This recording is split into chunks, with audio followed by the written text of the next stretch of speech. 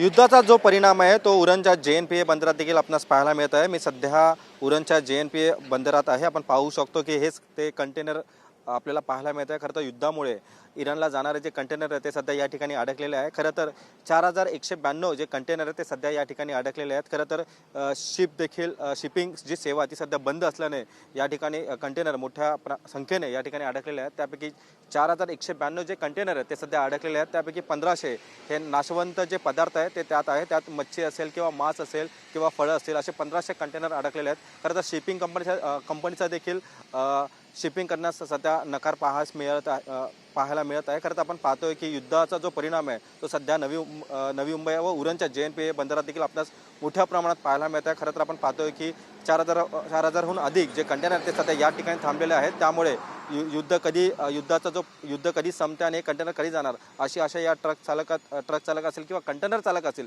यांना देखील मोठी आशा आहे। मात्र सध्या आपण पाहतोय की उरणमधील जे JNPA बंदर आहेत त्या ठिकाणी सध्या 4000हून अधिक जे कंटेनर ते सध्या अडकल्याचे चित्र आपणास पाहायला मिळतं आहे। यामध्ये तांदूळ असेल असे विविध जे माल आहेत ते सध्या या ठिकाणी अडकल्याचं आपणास पाहायला मिळतं आहे। खरं तर हे मोठं बंदर आहे आणि मोठ्या बंदरात खरं तर जे युद्ध सध्या सुरू आहे त्या युद्धाचा परिणाम आपणास पाहायला मिळत आहे। अशा प्रमाणे या सध्या बंदरात आपण पाहतो की 4000हून अधिक जे कंटेनर ते सध्या अडकल्याचं चित्र आपणास पाहायला मिळतं आहे।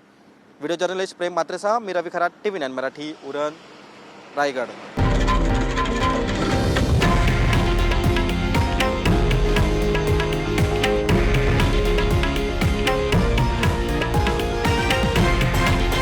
हे आहे देशातील नंबर 1 न्यूज नेटवर्क आणि आपण पाहत आहात TV9 मराठी, एकमेव।